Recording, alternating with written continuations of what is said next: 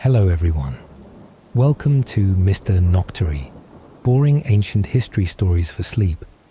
Tonight, we'll be heading to the Nazca Plateau, Peru, where there are giant drawings like hummingbirds, monkeys, humans, and strange geometric shapes that can only be clearly seen when you're up in the sky.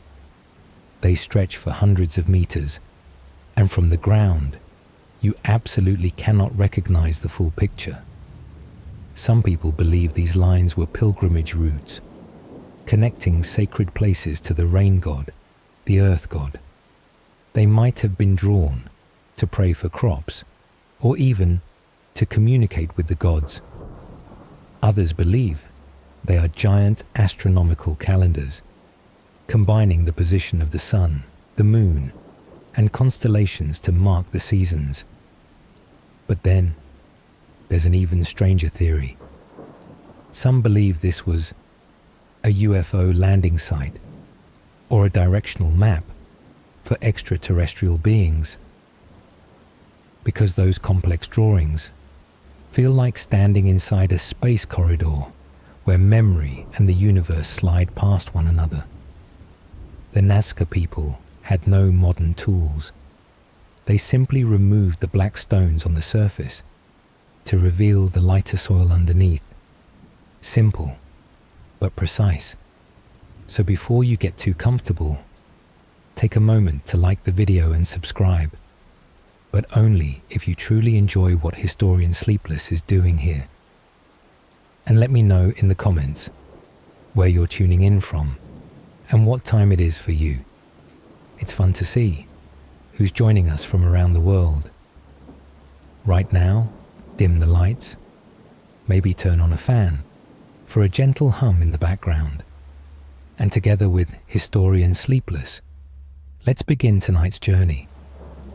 When Gabriel appears, the whole world sinks to its knees.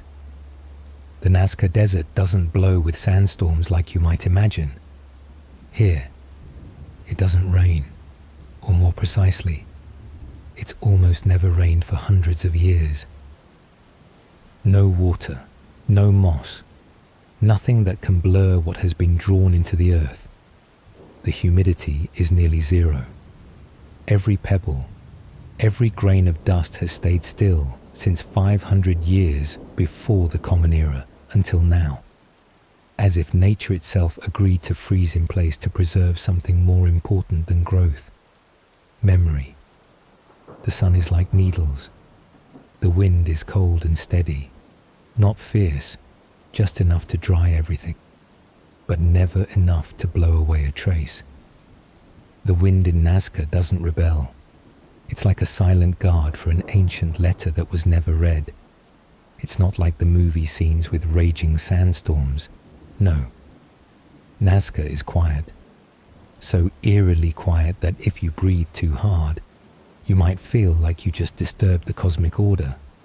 There, the ground cracks, dry like an old piece of leather forgotten in time. But then, if you fly higher, very high, as if your soul were floating, looking for a rebirth, you'll see something strange. Below your feet is a fabric woven from earth.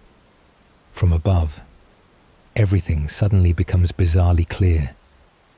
Lines that seemed meaningless from the ground now align into shapes, as if someone had drawn on the desert with a compass, a measuring tape, and a pair of eyes not belonging to a human.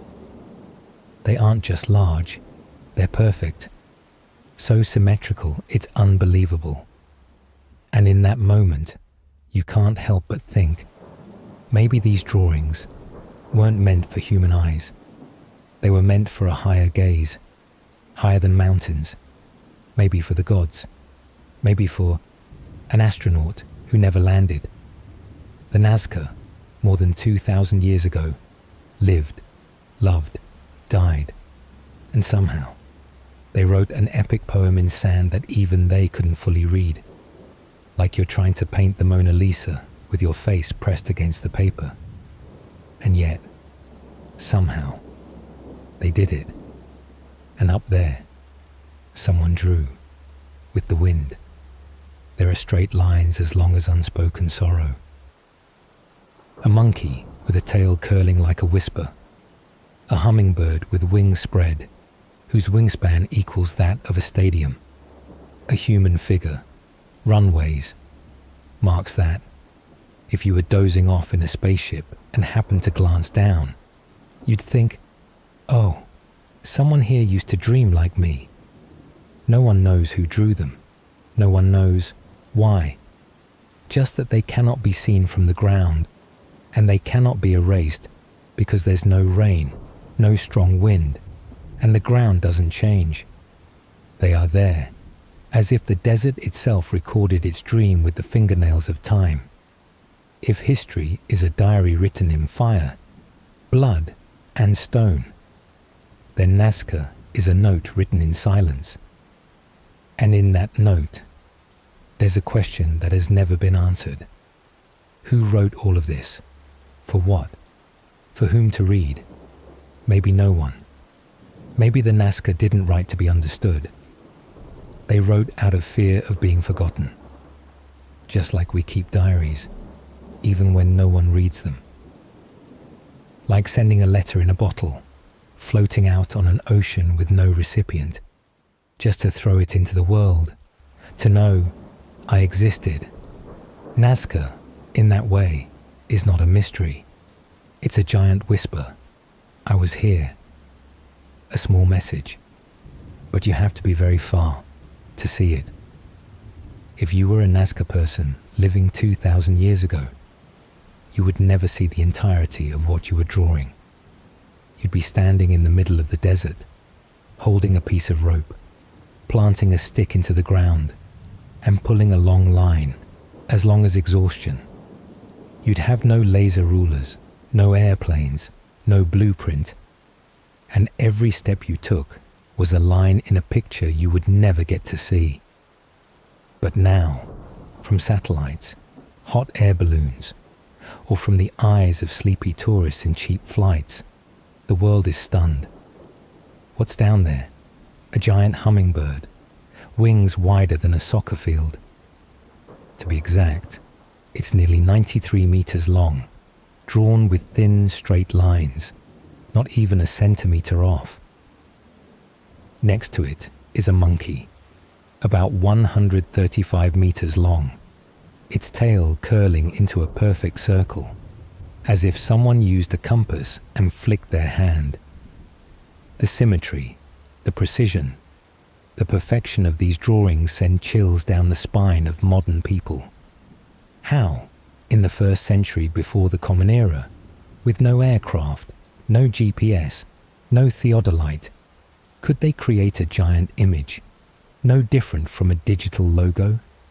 It's like drawing a circle in the sand with your eyes closed and a stick, then realizing you just drew the Olympic symbol. A spider crawling nearly half a kilometer long. A monkey with a tail curled into a circle, like some metaphysical symbol yet to be decoded.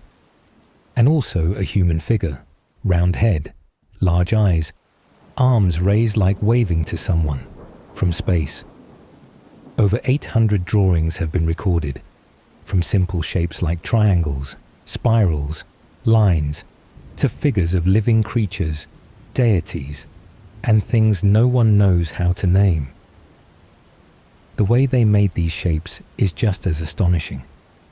The Nazca didn't carve or paint.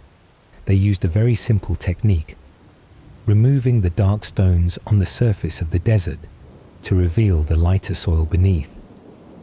These lines are not deep, only a few dozen centimeters, but thanks to the nearly absolute dry climate, they haven't eroded over thousands of years. They used ropes, wooden stakes, and small sketches to scale up on site. One group pulled ropes, others measured, others set posts. No machines, no computers, just primitive math and patience that lasted for generations. This wasn't spontaneous art. This was a collective project, organized, rule-based, with clear intent, even if we still don't know what that intent was. But the most remarkable thing isn't what they drew, it's where they drew. Not on walls, not in caves, not at the bottom of pottery, but on the ground, on a flat surface, in the middle of a desert no one walked through. As if you painted a masterpiece and hid it under the bed, hoping that one day someone might see it from the clouds. The question is, why draw in a place where it can't be seen? You can forgive a tribe for erecting stone pillars to worship the sky. That makes sense. But it's hard to ignore a spider hundreds of meters long, drawn with geometric precision sharper than a national exam. If these drawings weren't meant for human eyes, then whose? They seem made for a gaze from the sky, not from nearby hills, but from somewhere further, higher, quieter. A gaze that doesn't blink, doesn't flinch, doesn't belong to Earth. Perhaps the Nazca didn't need to see, or they drew for someone else to see. Someone from above, from very high above, not bringing bread, but possibly bringing intention. Maybe the drawings weren't meant to be seen from above, but to be walked from below. Some scholars believe the Nazca walked these lines as part of sacred rituals, to pray for rain, for harvest, or to guide souls back to Mother Earth. If that's true, then the ground is no longer just a surface. It becomes a path. And each drawing, a spell you have to walk through to understand. But understand what? That sometimes people don't pray for rain. They wait for it, and they want to know when it will come. From above, the drawings at Nazca aren't just pictures. They are strange straight lines, intersecting, radiating like rays of light, like a giant circuit board someone forgot on the ground. They aren't just lying there to look pretty. They point directly to where the sun rises, on the winter solstice, on the summer solstice, on the moments when the sun, like a slow-moving god, rises from the horizon, then sets behind the deep purple mountain ranges. Some astronomers believe the Nazca were doing what every great civilization did, observing the sky. Some of the largest lines at Nazca align with the position of the sunrise on the winter solstice, around December 21st, and the summer solstice, around June 21st. Not only that, many other lines point toward the Orion constellation, a constellation important to agriculture and religion in ancient civilizations. No observatories, no sextants, no stellarium software. They used their own shadows, measured each step of sunlight falling onto the sand, then recorded it in the only way they could, with lines stretching hundreds of meters, to track cycles, to draw celestial movements with dirt. They didn't have wristwatches, no Google Calendar, no reminders from Siri. Instead, they had the sun, and they had a desert as wide as their patience. Each line might be a seasonal marker, a calendar point, or an observation station. Some lines point exactly to where the sun rises on the first day of the agricultural year. Others align with the direction of the first full moon of the season.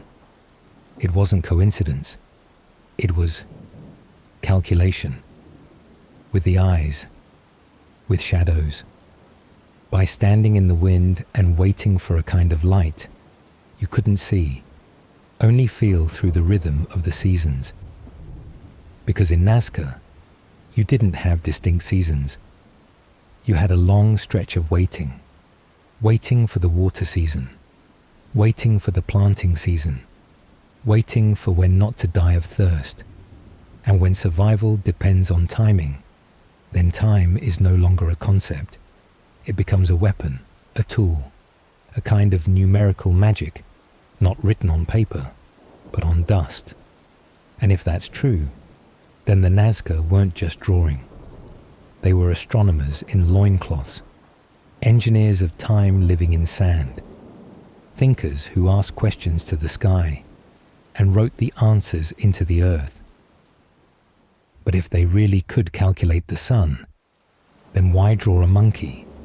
Or maybe the one they were trying to impress wasn't from this earth at all. Let's suppose you're an alien astronaut.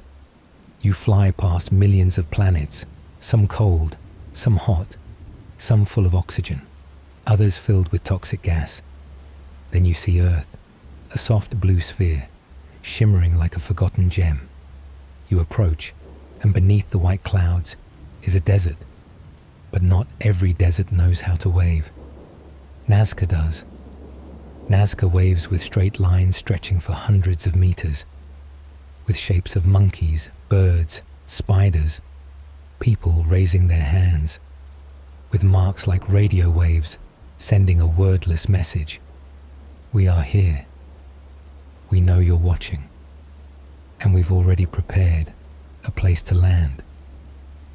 The alien theory isn't something that just showed up on YouTube in 2023.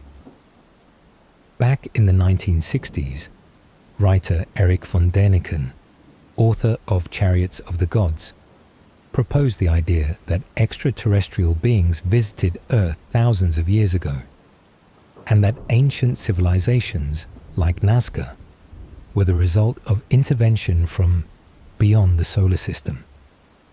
Since the 1960s, some unorthodox archaeologists have asked, why are the lines so smooth, as if for landing? Why are the drawings only visible from above, when the Nazca had no hot air balloons, no towers, no drones? Some lines stretch hundreds of meters, with widths like runways, and are so straight that even modern engineers would raise an eyebrow. Someone once joked, if visitors came from another star, this was the parking invitation.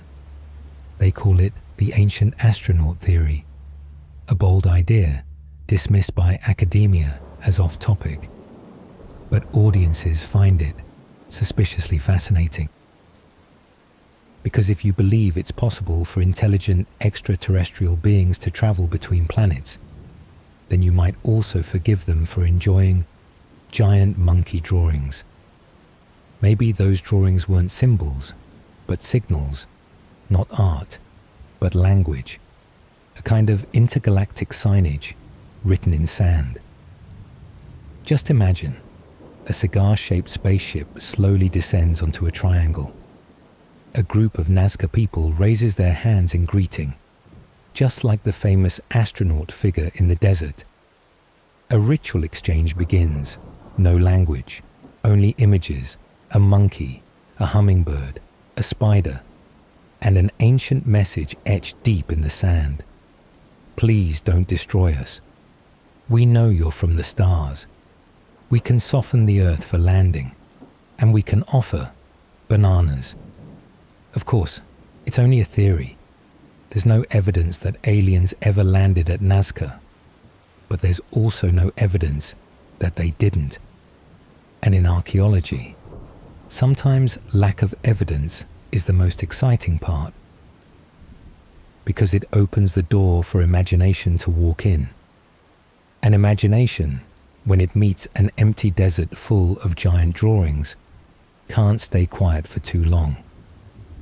Just like the final question of this chapter, if you were a Nazca person, living in the desert, staring up at a cloudless sky every night, and feeling so small you couldn't speak, then maybe you'd draw something really big, really clear, really enduring, so that whoever was looking down, they wouldn't miss it. Then those lines, who were they drawn for? There are artists who never see their own paintings. The Nazca were like that. They drew by, not looking. No hot air balloons, no drones, no nearby mountain to climb and admire the view. And yet they created gigantic shapes, balanced, aligned, harmonious to the point that modern architects hold their breath. The hummingbird is 80 meters long. The spider, made with just a string and a wooden stick, perfectly symmetrical, as if some massive alien compass guided it from above. The monkey, with a tail curled into a spiral, a mathematical curve that isn't simple even when using graphic software. How did they do it? The answer, like all other wonders, comes from the Earth. The Nazca simply removed the darker rocks on the surface to reveal the lighter soil beneath. No need to dig deep, no need to paint. Just remove something to reveal what remains. A technique so ridiculously simple if you're drawing a small circle, but for figures hundreds of meters long, for straight lines that never waver, and all done from ground level. What did they use? Wooden stakes, ropes, eyeballed markers, and a kind of memory not written in letters, but in bodies. Picture it, a group of people, each one knowing how many steps to take, where to turn, who to connect with, as if they were dancing on the desert, but each of their steps carved a line into the earth that cannot be erased. They didn't need to see the whole image. They just needed to believe that the fragments they were drawing would add up to something greater. Today, to draw something similar on Google Earth, you'd need GPS satellites, simulation software, and a team of certified engineers. The Nazca didn't. They had string, they had stakes, and they had a terrifying kind of calm.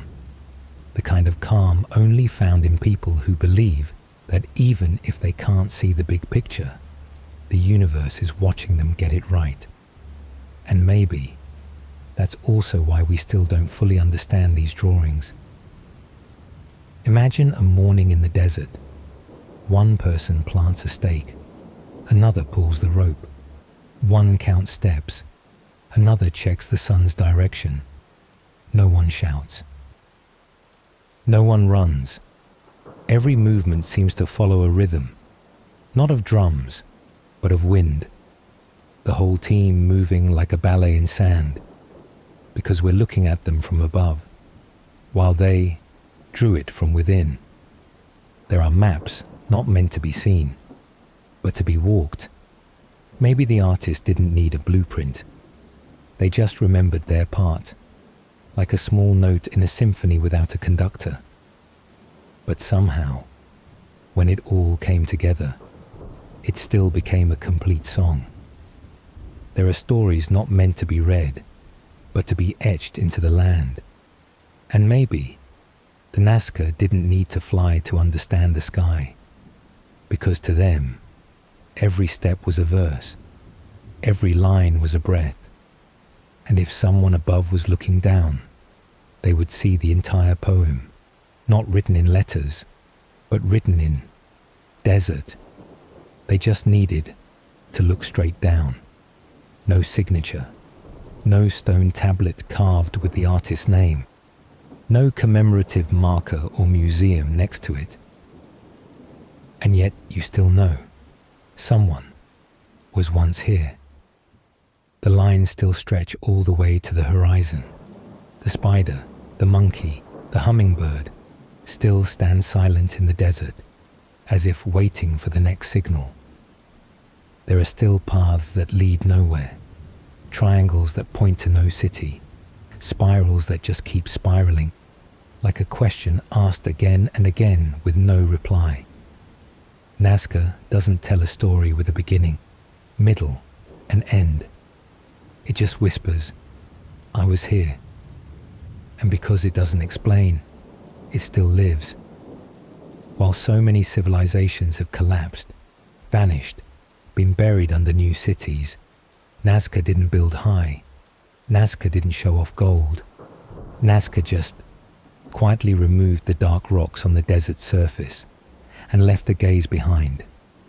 That gaze isn't aimed at you, the museum visitor, the person scrolling TikTok, the one who Googles Who drew these lines anyway? No, that gaze looks upward, to the sky, to the stars the Nazca believed had souls, to the sun, which they measured by its shadow, to the clouds carrying water, which they waited their whole lives to see. And when they drew, they weren't thinking of tourists or scientists. They were thinking of existence. How can someone, somewhere, know that we once lived, that we once had hands, had feet, had dreams? They didn't answer with words.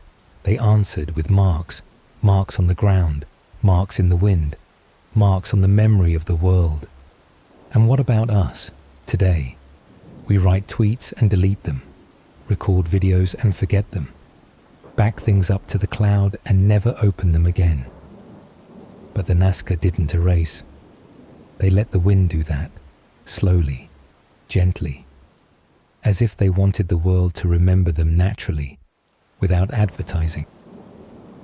Today, when you look down from a plane, through a tiny window, you see a massive triangle, worn away by sand and wind. You let out a breath. Nothing is clear. But like all the most important things, love, loss, memory, it doesn't need to be clear to exist. And maybe, in that moment, the Nazca are asking you, when you disappear, what will you leave behind? Just a sign that something once stood here. Maybe the entire Nazca Desert is just one simple sentence, written slowly, in a language no one speaks anymore. If humanity vanished tomorrow, what would remain? Not a declaration, not a love letter, not a nuclear code, but faint scratches on a piece of dry earth where someone once stood, where someone once drew, like a black box still sending a weak signal from the old earth. A signal with no soundtrack, no sender's name, but still waiting to be read. I am no longer here, but I once was. From the wind blowing sand in the opening chapter, to shapes no one can fully see, to this final whisper, it all comes down to one thing. Don't forget us. Sending a letter is an act of hope. Even if it's just a line, or a 30-meter wide drawing, you're still hoping. Someone will read it. But what if no one does? What if the recipient doesn't exist, or has disappeared, or never intended to reply? Nazca is that place. A mailbox with no address, sealed by stone covered in sand, and forgotten beneath the horizon. A place where the letter still remains, but the sender has vanished, and the receiver never came. A land that recorded a voice, but no one listened. An open mailbox in the desert, with no stamp, no delivery person. The one who drew the spider, the massive landing strip, the triangles pointing to constellations, may not have known that. No one would ever reply, not because they were foolish, but because they believed in gods, in ancestral spirits, in something flying across the sky that the human eye couldn't see. Maybe they thought that if they drew it big enough, then even if no one stayed, someone would still see it. But the real tragedy isn't that no one read it.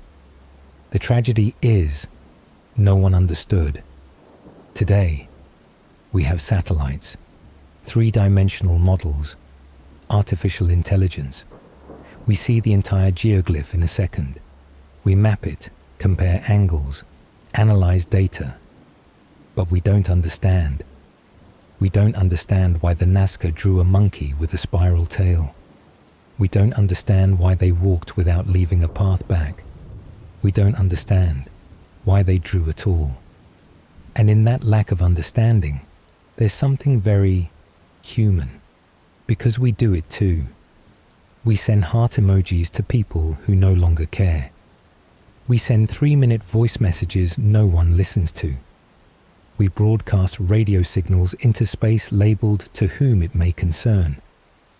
Maybe we are the 21st century Nazca, desperate, but still hopeful. We write, we draw, we post, we send, and most of it, no one replies. The universe is silent, but humans keep sending signals, with lasers, with radio waves, with pieces of metal launched from Earth. In 1977, we sent a golden record aboard Voyager, with greetings in 55 languages, whale sounds, a baby crying, a Chuck Berry song, and a diagram of DNA. We did exactly what the Nazca did, only we used a disk instead of sand. And who knows, one day we too may become the Nazca, a civilization reduced to a few scratches in the dirt, and someone or something will look down and ask, and if no one understands, does it matter? Maybe Nazca just needed to be seen, and humans, whether 3,000 years ago or now, sometimes only need that, a gaze that looks in, someone who knows they were once here. What were they trying to say? There is no ending song, no applause, no credits rolling across the desert sky. Only the wind and fading lines. No one knows exactly when the Nazca left. They didn't vanish in an earthquake. It wasn't a war. There are no records of a plague, or flood, or falling comet. They just weren't there anymore. Like the way a whisper disappears at sunrise. No one knows what they just heard. Only that a sound passed through. Nazca left no monument, no text. They didn't try to be remembered. They didn't demand to be known. And because of that, we remember them. A civilization that didn't need to be understood, just needed someone not to deny they once existed. Nazca didn't say, remember us. Nazca didn't write, tell our story. Nazca simply left drawings in the sand where the wind would pass through. And when you step off the plane, touch Peruvian soil, look out from a helicopter window at a giant monkey sleeping in the sand, you won't hear music. There are no words, but you will understand. Even just a little, even as a faint feeling, you will know. Someone was here. They said something. They tried. And now, only the wind remains. Koen te, cave art is cooler than you think. One summer day in 1879, inside a quiet cave in northern Spain, an 8-year-old girl named Maria Sautuola looked up and saw bison flying on the ceiling. Not really flying, of course. They were painted with colors, shapes, and motion, so beautifully that she stammered and called out to her father, "Dad, look, cows. There are cows above us." Her father, Don Marcelino, an amateur archaeologist, shone his lantern upward and froze. Across the limestone slabs was an entire vibrant world. Bison, horses, deer, life-sized, painted with ochre and black charcoal, with curves so smooth they looked like a 19th century artist's brushwork. And he immediately understood they had just touched prehistoric art. The only problem? No one believed them. The scholars of the time, men in black frock coats, felt hats, fluent in Latin within boardrooms, immediately dismissed the discovery. Cave paintings, impossible. Primitive humans had no sense of aesthetics, certainly no grasp of perspective. If they could paint like this, then what does that make us? A French professor flatly declared, "This is a modern hoax. Clearly someone crawled into the cave to deceive humanity." Naturally, who would believe that? Humans 20,000 years ago could understand beauty. They wore animal skins, gnawed on bones, howled for rain. How could they know composition, form, and light? But the truth, as usual, was extremely rude. As more caves were discovered, in France, Italy, Russia, all sharing the same visual language, scholars began to taste chalk on their tongues. The most prominent among them, Émile Cartaillac, had led the charge against Altamira. Nearly 20 years later, he wrote an essay titled Mea culpa d'un sceptique. That means the guilt of a skeptic. He confessed that it wasn't that the paintings were too crude, but that they were too perfect, and he couldn't believe they were prehistoric. Some fellow academics quietly backed away. I never really opposed it. I just raised gentle questions, while others protested until death. Because sometimes it's hard for a man in a three-piece suit who speaks fluent ancient Greek to admit that his loincloth-wearing ancestors might have painted better than him. This story wasn't just an archaeological turning point, it was a cultural slap, echoing into the 21st century. And it's also a gentle reminder: never underestimate an 8-year-old, especially if she's looking at the ceiling and screaming, "There are cows up there." Because from that moment, the world had to face a difficult truth. Prehistoric people didn't just survive. They felt, and they painted. Not to be exhibited, not to sell NFTs, but to say something to someone very, very far in the future. Maybe you, maybe an alien, or maybe just to push back against the silence of stone. Some modern scholars, out of paradox or despair, even proposed a theory. If the paintings are too perfect, maybe they weren't made by humans. So instead of believing in prehistoric hands, they chose to believe in artistic aliens. Understandable. It's easier to believe someone flew from Mars to doodle on cave ceilings than to believe our ancestors might have been smarter than we think. People say science begins with questions, but sometimes it begins with an accidental glance from an 8-year-old child inside a dark cave where echoes still carry history. Imagine you're stepping into an ancient cave, so deep that sunlight is nothing more than a memory. You crouch, holding a flickering oil lamp, and each breath feels thick, heavy like the ash of time. Then you see it.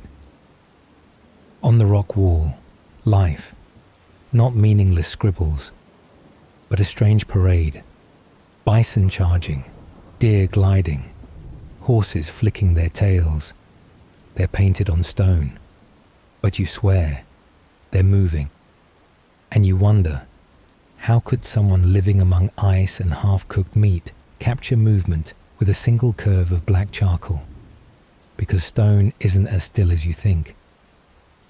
At Lascaux, Chauvet, Altamira, the rock surfaces weren't chosen by chance. Ancient people didn't paint at the cave entrance, where everyone could see. They picked the deepest, darkest, most suffocating corners, where only the patient and the determined could reach. Some caves force you to crawl like an animal, squeeze through cracks so narrow they break your torch, just to find a small chamber where 3 bison are running. That's not a painter looking for a blank wall. That's ritual, a deliberate act of a mind that saw caves as sacred spaces. Perhaps to them, the deeper, the darker, the closer to the soul of the earth. Just as modern people build churches on mountains or bury the dead in basements, ancient humans chose to paint their sacred animals in the heart of the cave. There, they lit a tallow lamp, and light danced. And they didn't paint on stone the way we paint on paper. They used the cave's natural curves, aligning animal shapes with rock bulges to create a three-dimensional effect, like an artist who sees a cello's curves and turns it into breath. And as they moved, the flame shifted, and the animal on the wall began to run. This wasn't static art, this was torchlit animation, made 20,000 years before the concept of frames existed. No theatre, no screen, just light, movement, and imagination. They didn't just draw on rock, they communicated with the body of the earth itself. Some paintings used dips in the rock, so the bison seemed to bow and charge. Some were near windcracks, so when you passed, you'd hear a whoosh like breathing. Some only appeared fully when your torch moved, as if light was the final part of the story. And that's not a coincidence. Modern science has studied sound effects in prehistoric caves. Surprise, there are spots, if you clap your hands, where echoes form a rhythm like ceremonial drums. In others, a whistle echoes back at the same frequency as a sleeping human heartbeat. Archaeologists call it architectural resonance, and ancient people might have called it where spirits rested. Imagine you're a tribal shaman. You lead people into the cave, where sound thickens and stone answers your song. Suddenly, the wall is no longer stone. It's a being that listens. Suppose you're a skeptical archaeologist and discover every painting in Lascaux is located where sound echoes best. They're not just images. They're performance scripts where drum beats, light, and movement create a timeless experience. Some modern scholars, instead of digging deeper into archaeology, offer another theory. If it's so perfect in light and sound, maybe it wasn't made by humans. And again, aliens get added to the writing credits. They say, maybe beings from another world left dynamic light-encoded geometry, like galactic graffiti, and only those with a torch, singing the right rhythm, standing in the right spot, could see it. As silly as it sounds, that idea reveals one thing. Our ancestors were so good. Only extraterrestrials are qualified to be blamed. We thought we were touching dead stone, but the deeper we go, we find this is an orchestra, a light theatre, a secret room where stone can sing, breathe, and tell stories. And the first artist may not have held a brush, just a torch, a chant, and a heartbeat quick as fire. If stone can breathe, then their art is the first breath of humanity. You step into the cave and see red covering the wall, a rust-coloured red, like dried blood, mottled like the sunburned skin of a warrior who's been in the sun for a month. This isn't the kind of pigment you buy in a store. No one in the Stone Age walked into an art shop and asked, "Do you have cadmium red?" No, they made colour, in the most literal sense. And when we say made colour, we don't mean mixing water with dye. We mean smashing rocks, scraping bark, burning earth, crushing eggshells, and, if needed, drawing their own blood. In caves like El Castillo or Pec Merle in Spain, archaeologists found traces of red ochre, a mineral dug from deep underground, dried, ground by stone, mixed with animal fat, turned into paint.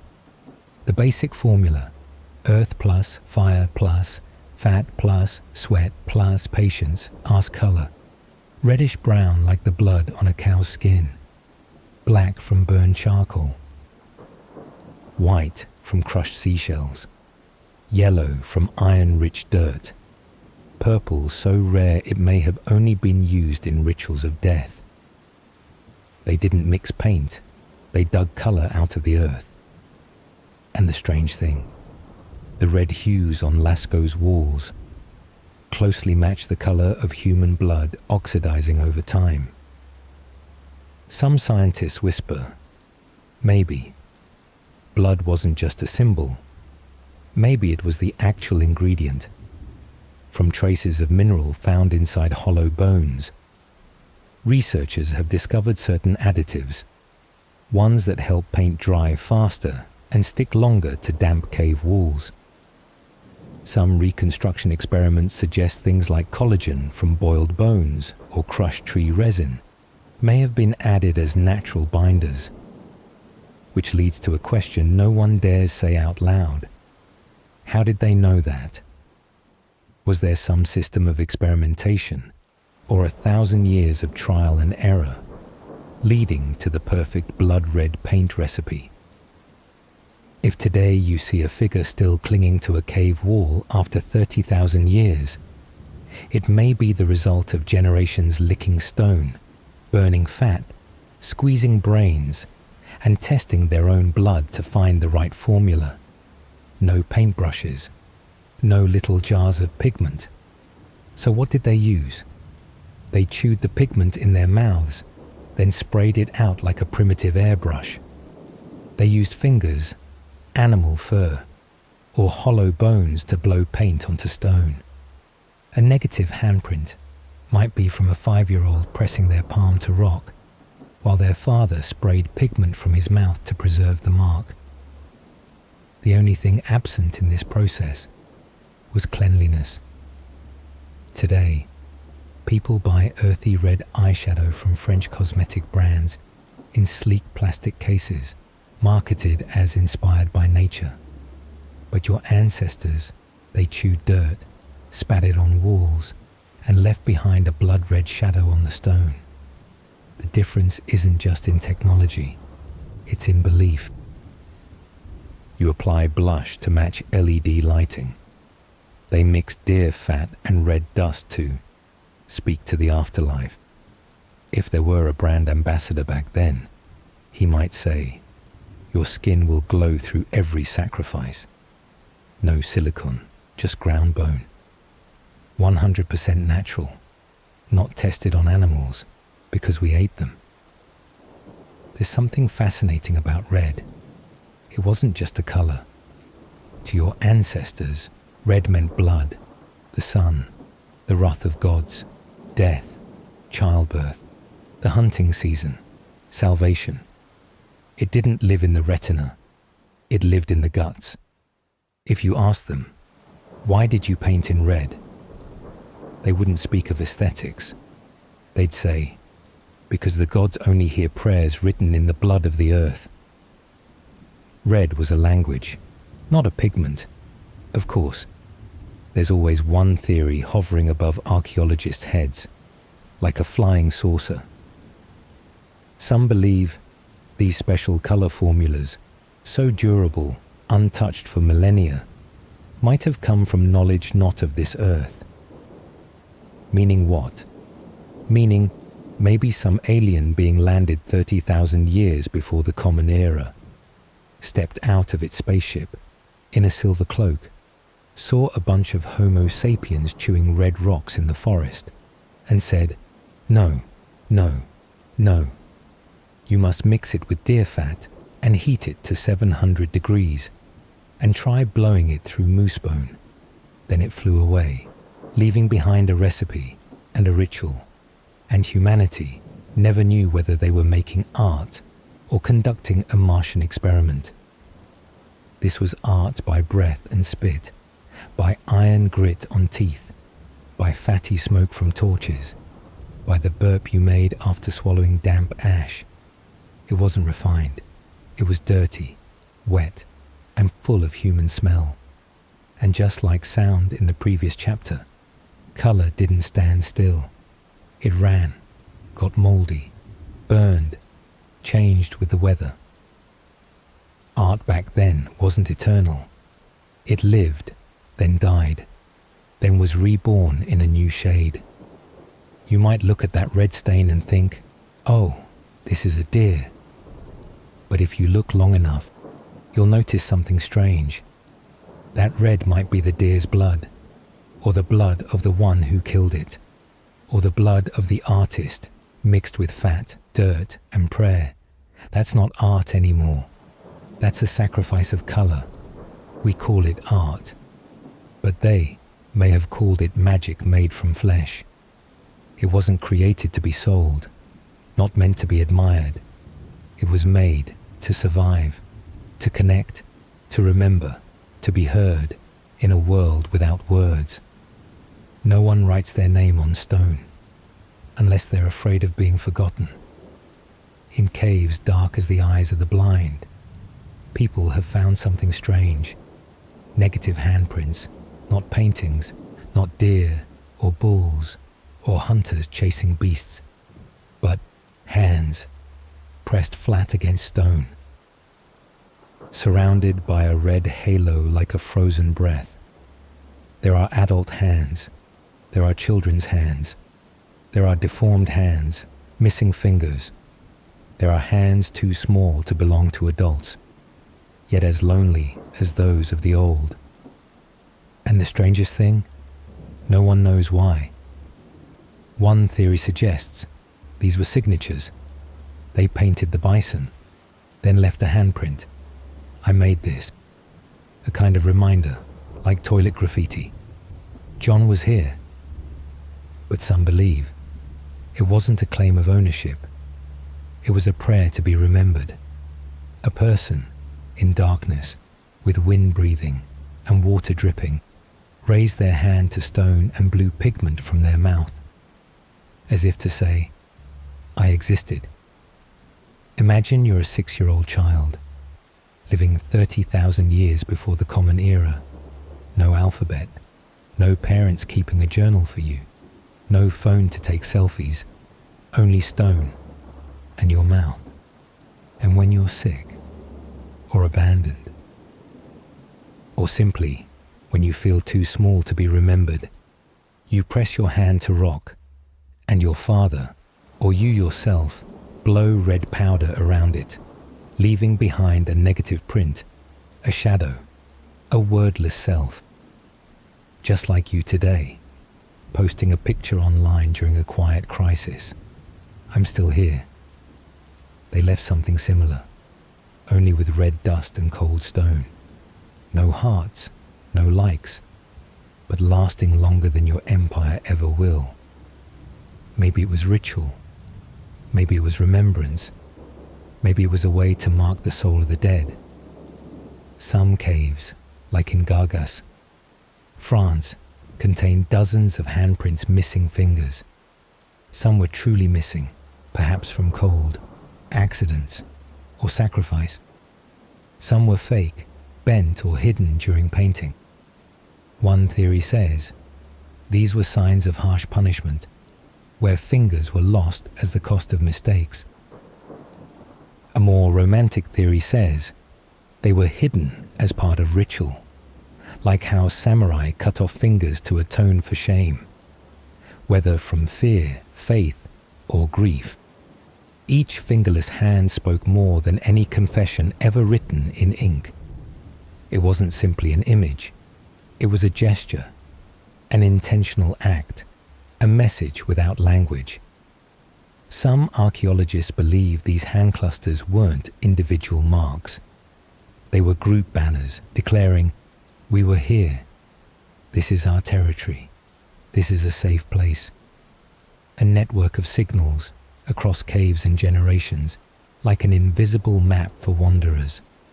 And if you imagine that person standing behind you as you look at their print, maybe you wouldn't be entirely wrong. Nothing remains but their hand, no eyes, no face, no language, just the hand, like yours, as if a stranger from the other side of time pressed theirs right where you're standing now. But some prints are too long, too thin, or too asymmetrical, not matching the anatomy of Homo sapiens. Some whisper, maybe. Not all of these were human. Maybe someone or something came before and left its hand. A touch, not of flesh, but of stone's memory. We will never know why they did it. We only know they did. And in those caves, there may have been no songs, no elaborate paintings. Yet strangely, more than 30,000 years later, the handprint has never disappeared. From children's wall art to the stars on Hollywood's Walk of Fame, people still use their hands to mark their existence.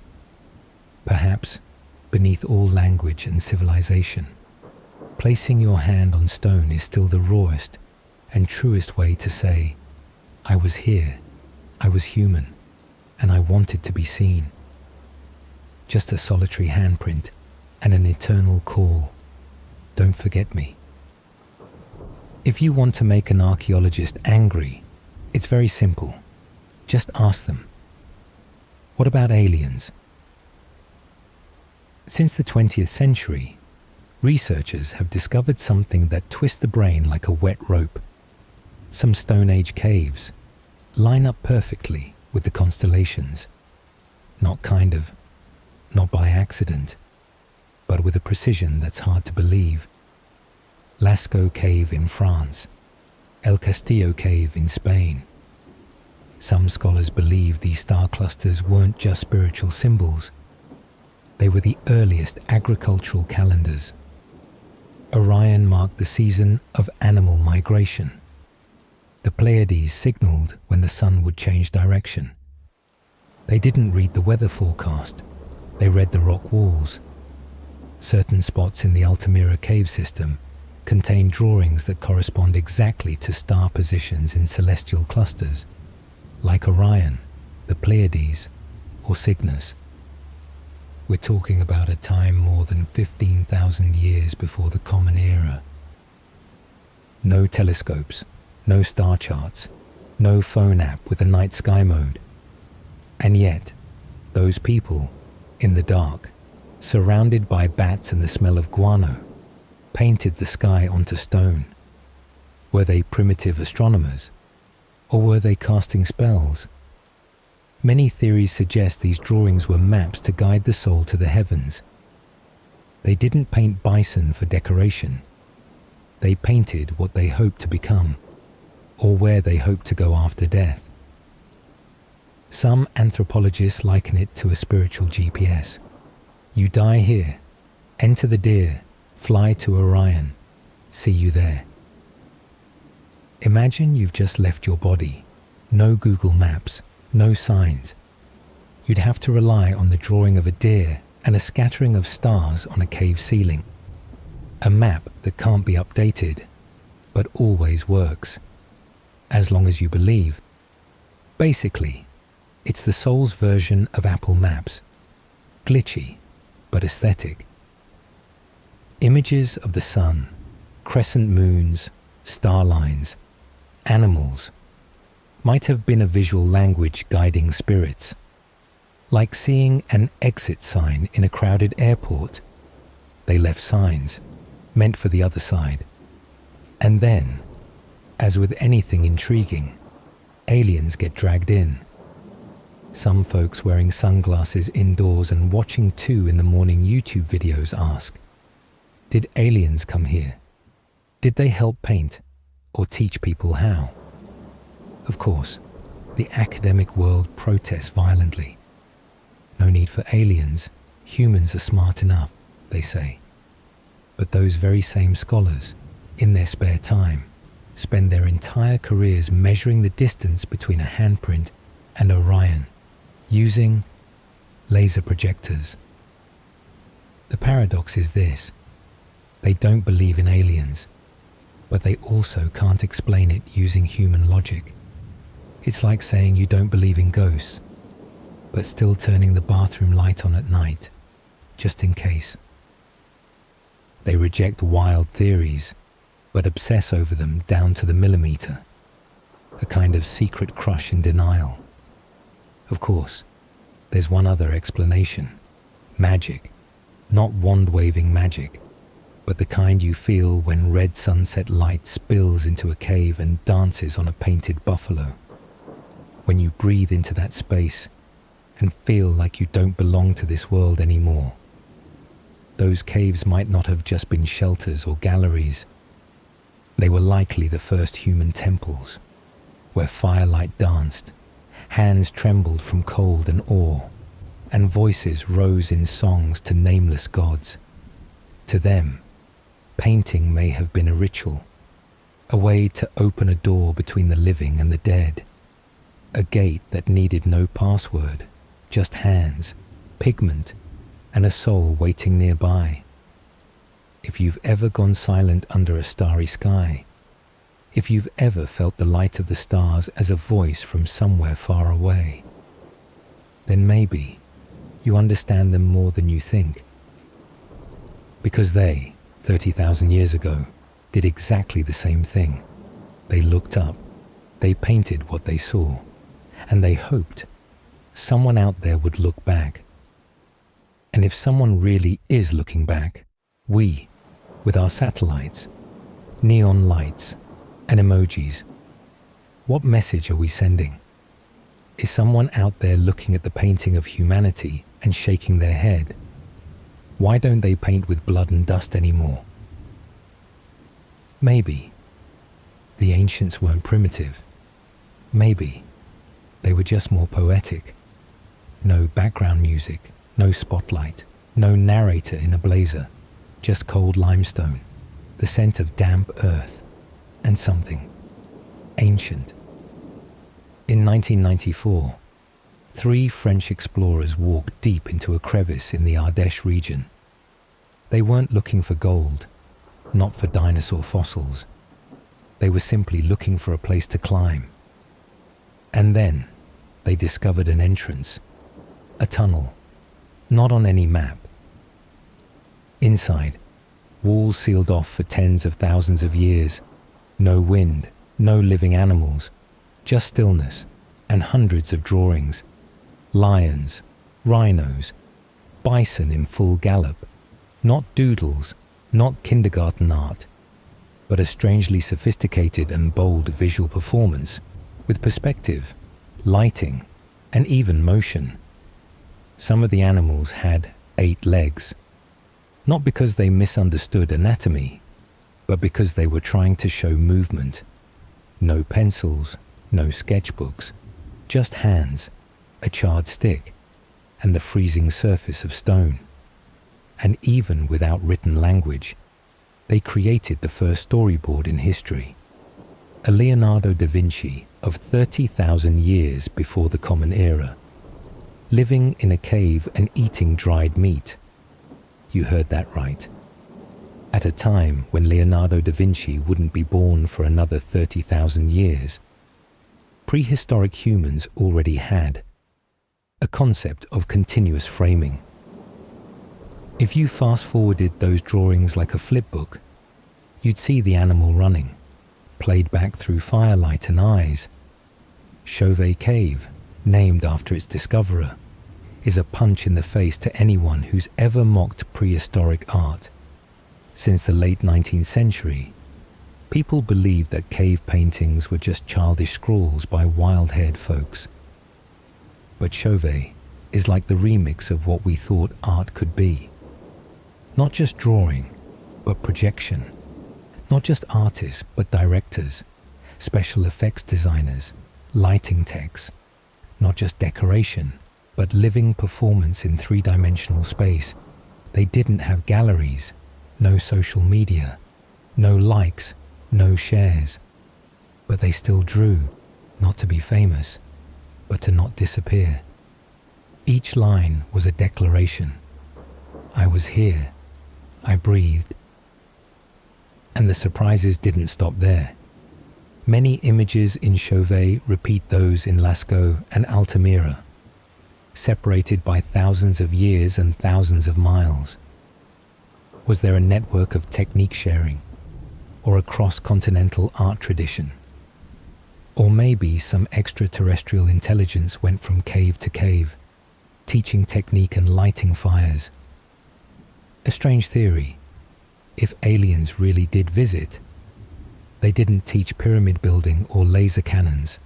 They just picked up charcoal and drew a cow on the wall. A director from another planet. leaving behind animation frames. No one knows. But what is certain, the person who painted Chauvet was not primitive. They were someone who looked into the dark and drew life. Today, Chauvet Cave is closed to the public for preservation. You can't go in. You can only see the replica. You can replicate the images. You can recreate the rock walls, the lighting, even the musty smell with essential oil diffusers. But you can't replicate the trembling in the artist's hand. You can't reconstruct the soul.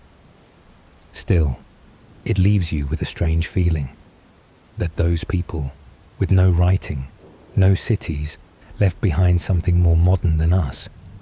We, with our iPads, artificial intelligence, and social media, can't draw Chauvet.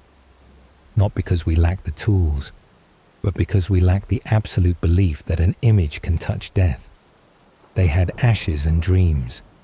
We have watercolor and deadlines, not because they lived in the future, but because they understood beauty and death at the same time. No whiteboards, no pencils with erasers, only stone, and hands drawing, removing, vanishing. When archaeologists began to study prehistoric paintings more closely, they discovered something strange. Many images were layered on top of each other, each drawing like a coat of time dust laid over memory, not to conceal, but to become myth. Because the more people forget, the more others want to imagine again. Some bison were hidden beneath rhinoceroses. Some figures were scraped out and replaced with new stances. And in some caves, entire sections of wall had been wiped clean, not by time, not by earthquakes, but by human hands. Why? No one is sure. Some scholars believe it was a form of correction. There was no undo key, no cloud to save a draft. If they thought something was wrong, they had to scratch stone with stone. A rough but honest version of primitive Ctrl plus Z. Prehistoric artists weren't perfect. They got tired of old paintings too. They felt the itch to begin again. Others believe it was part of ritual. To draw was to summon a spirit, to erase was to send it off, and to be present was to let the cycle begin again. Maybe they didn't think about the work the way we do. There was no concept of completion, no art committee or graduation portfolio review. We often think art must be beautiful, must be perfect, but ancient people didn't need that. They only needed it to be right in that moment, and when it no longer felt right, they erased it. To them, art was a flow, a way to speak with time by drawing on stone, and to erase was to respond. In Leang Bulu Sipong Cave in Indonesia, red handprints were silently covered with white strokes. It's unclear whether newer drawings covered older ones, or whether the old images simply faded on their own. In La Pasiega Cave, Spain, a large red X was discovered, painted over an animal figure. An ending, a symbol, or just a moment of impulse. If you've ever torn out a diary page because it embarrassed you, if you've ever deleted an old photo because it no longer felt like you, a bad filter, a photo that no longer fits the era, you erased it, just like they scraped a deer off a cave wall. The only difference is, we have Wi-Fi. You know that feeling. So did prehistoric people. They weren't unchanging icons. They too had days when they felt wrong. They too had nights when they wanted to begin again. And then they disappeared. No one knows their names. No one signed the walls. Only layers of images, memory stacked on memory, like dream upon dream, erase, redraw, then vanish. They didn't disappear. They simply became part of the stone, part of the wall, part of the dream you see each time you close your eyes in the dark. There's a sad truth. Many of the most beautiful cave paintings, you can't go see them. Not because tickets are expensive, not because they're far away, but because your very breath could kill the heritage. In Lascaux, France, back in the 1940s, people discovered a dazzling cave. Over 600 animal paintings sprawling across stone walls, bison, deer, horses, rhinoceroses, in mid-run, mid-leap, in wild pursuit, a ballet in charcoal and mineral pigment stretching more than 17 meters. Visitors came and came again, then came by the thousands, and then mold began to appear, not from the earth, not from the stone, but from human breath. Your breath is moist. It carries carbon dioxide, bacteria, and something even scarier, modern life. Breath, the thing you need to live, is the very thing that makes prehistoric art slowly die. A beautiful, cruel paradox. We stay alive by wearing memory away. And so, the paintings began to discolor, then fade, then parts flaked off. Conservationists panicked. They sealed the cave, created a replica, Lascaux 2, a place you can enter and see perfectly copied images. Lascaux 2 isn't a museum. It's a quiet Disneyland, where everything is reconstructed so perfectly, it no longer feels real, and we are like tourists visiting a love letter that's been retyped. You stand there, inside an artificial cave, cool LED lights humming at 24 degrees Celsius. You stare at images lit by cold white bulbs, a kind of light that never existed in the prehistoric world. You're shining modern technique onto a place that once knew only fire and shadow. But this light isn't warm enough to revive an old soul. You look at fake paintings and pretend to be moved. The original murals lie behind thick concrete walls in silence, unseen. Because if anyone sees them, they'll die. Welcome to the Prehistoric Museum. We preserve by forbidding. We protect by freezing. But art, without eyes to see it, is it still art? Like a song no one hears. The only place where the harder you try to keep something, the more it wants to disappear. Where art doesn't want to be immortal. It just wants to be left alone. Maybe the artist from 20,000 years ago wasn't painting for you. They painted for the stone, for the fire, for the wind slipping through the cracks, and the flickering gold of sunlight. And when we arrive, with tickets, cameras, and belated emotions, we are just the latecomers, strangers brushing against someone else's diary. If a museum is where art is stored, maybe art isn't made to be viewed, but to exist in noble solitude, without commentary, without analysis, just so that one day someone might walk by and hear the stone breathing. Then the cave becomes the place where art buries itself. It doesn't need applause, doesn't need spotlight, only that the stone keeps breathing, and no one breaks the silence. There's a truth you won't find printed on any exhibition poster. Many ancient museums are dying, not because of bombs, not because of floods, but because no one cares anymore. You can walk past a building holding 2,000 years of heritage and not see a single visitor. No footsteps, no curious eyes, just a security guard scrolling on their phone and the soft hum of air conditioning. No one comes to see the relics. Museums now resemble elderly patients in hospitals, still breathing, still alive, but no one visits. Occasionally, a group of students shows up, like a field trip on autopilot, then disappears, leaving behind a trail of chatter and a silence even heavier than before.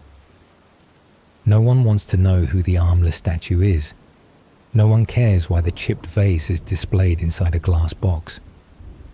In an age of fast living, fast scrolling, fast saving, history is a format no longer compatible. Museums are floppy disks in a world of cloud storage, flip phones in a world of touch screens, still functioning, but no longer in use. You can't pinch zoom a cave painting. You can't swipe left to see the next artist. You can't comment first under a 3,000-year-old statue. Museums try to adapt.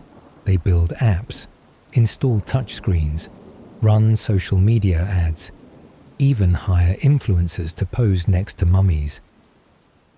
A girl stands beside a 4,000-year-old corpse, posts a photo with the caption, "Mood, dead inside."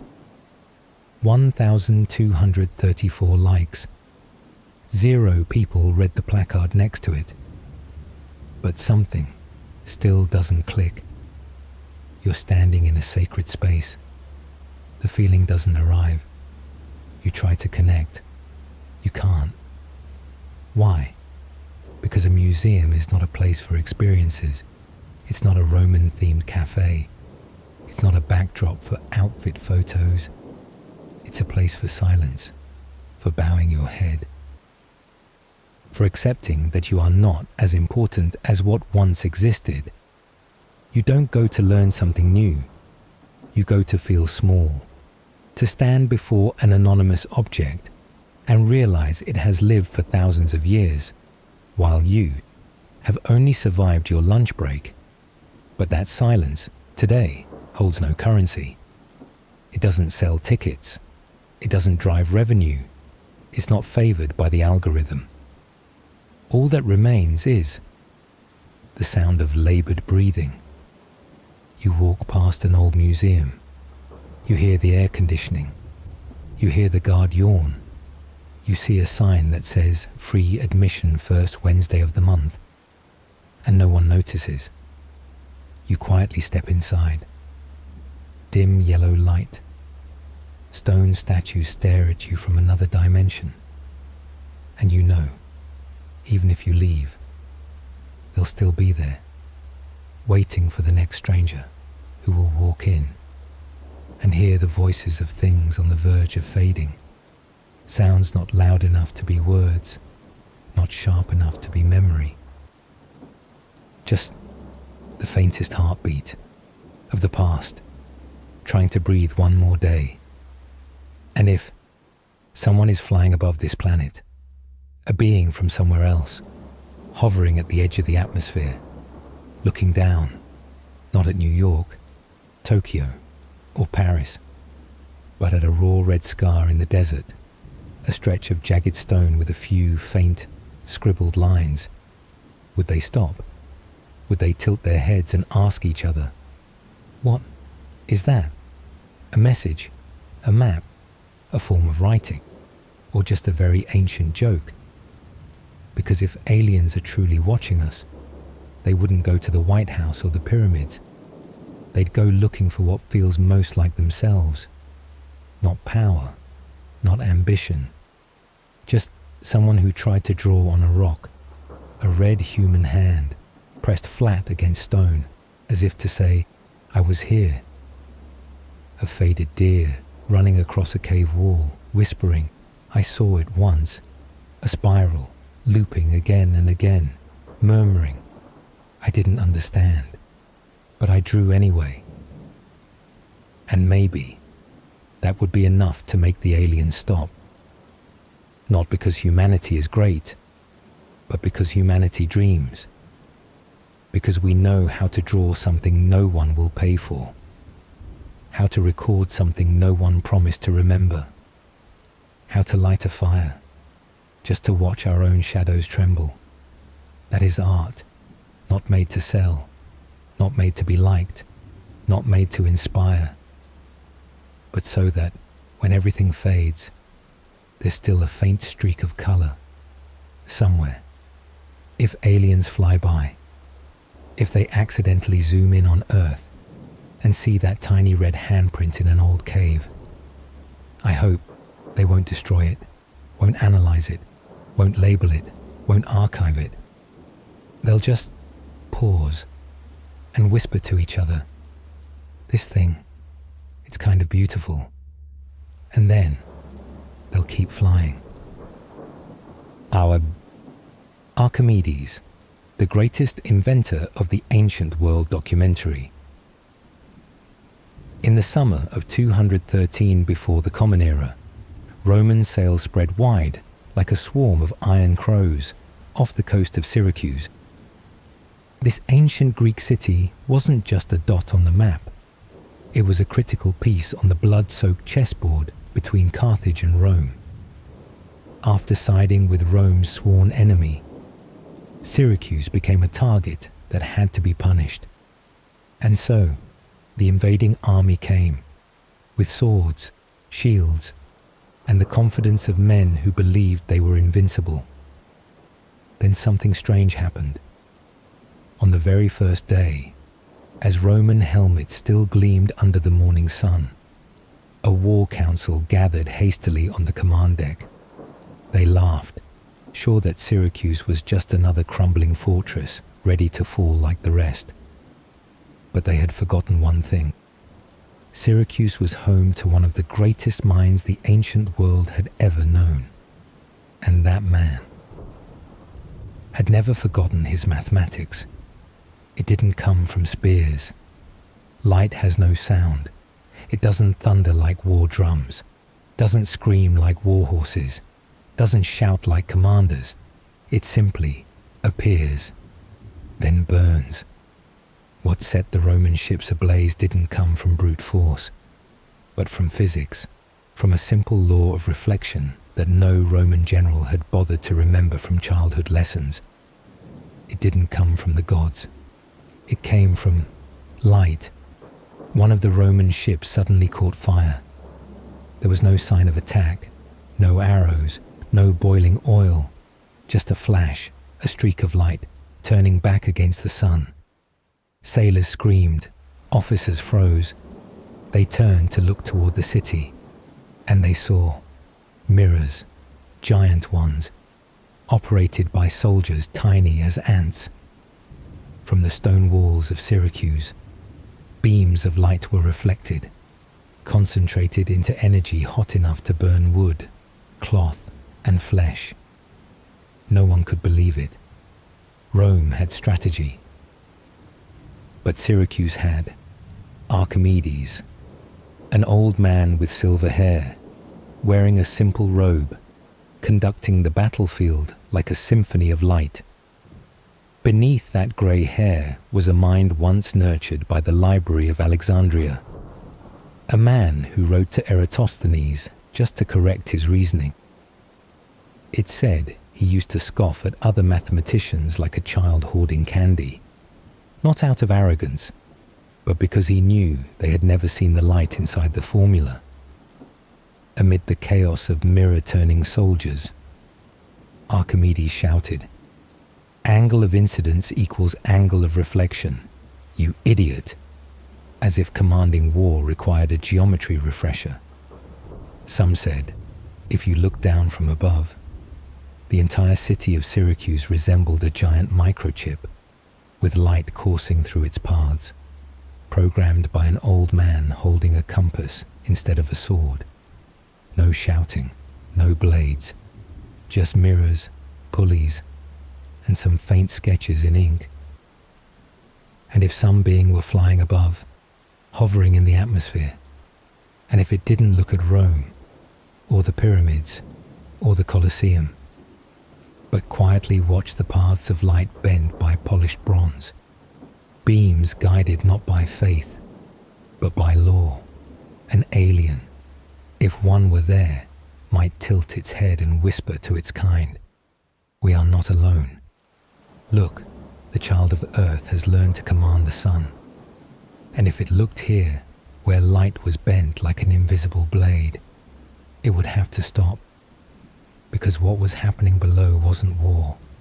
It was intelligence, rising from sand and smoke.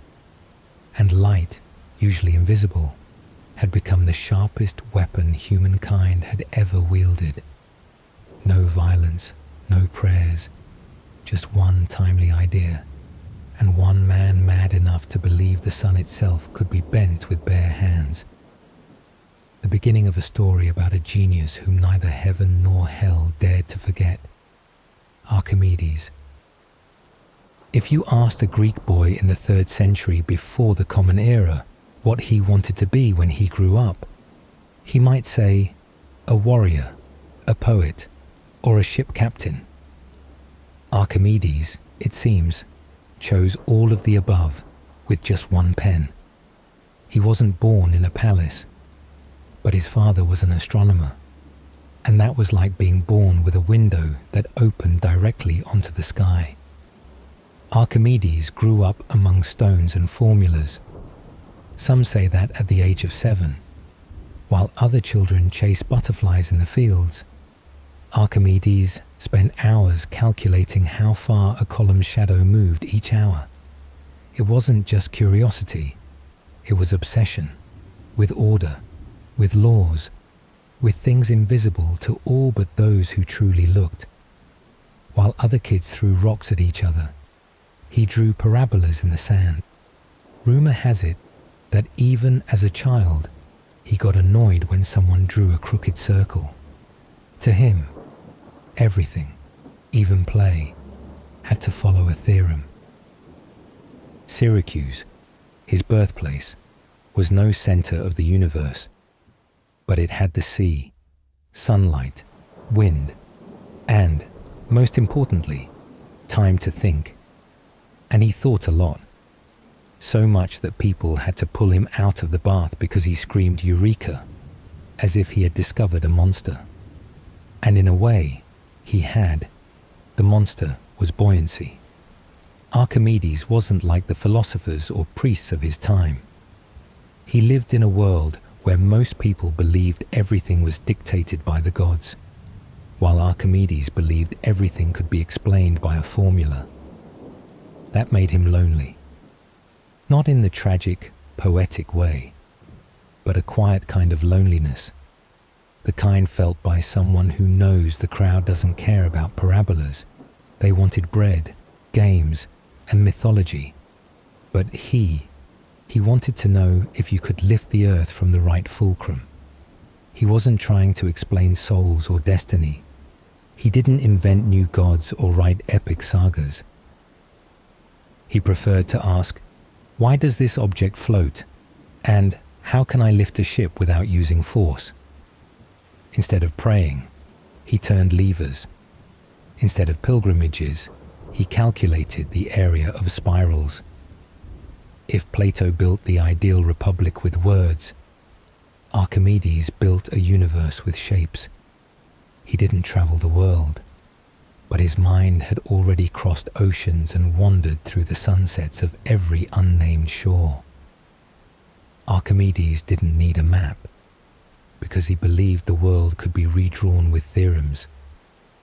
He wrote letters to Egyptian mathematicians, sending equations that even in the 21st century are considered excessive.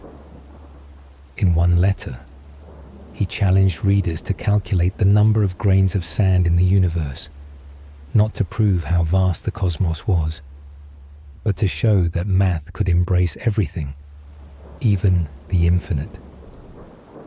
And if that wasn't strange enough, imagine this: a bearded old man, living in a time when people believed Zeus threw lightning from the sky, sitting in his courtyard trying to calculate the area of a shadow. An alien, if truly hovering in the upper atmosphere, might not be impressed by the Colosseum or the pyramids, but if it spotted someone quietly pondering the curve of light, maybe it would pause, not because it was strange, but because it was familiar, not the shadow of a man, but the shadow of an idea, and like all ideas, it made no sound, but could shake the world.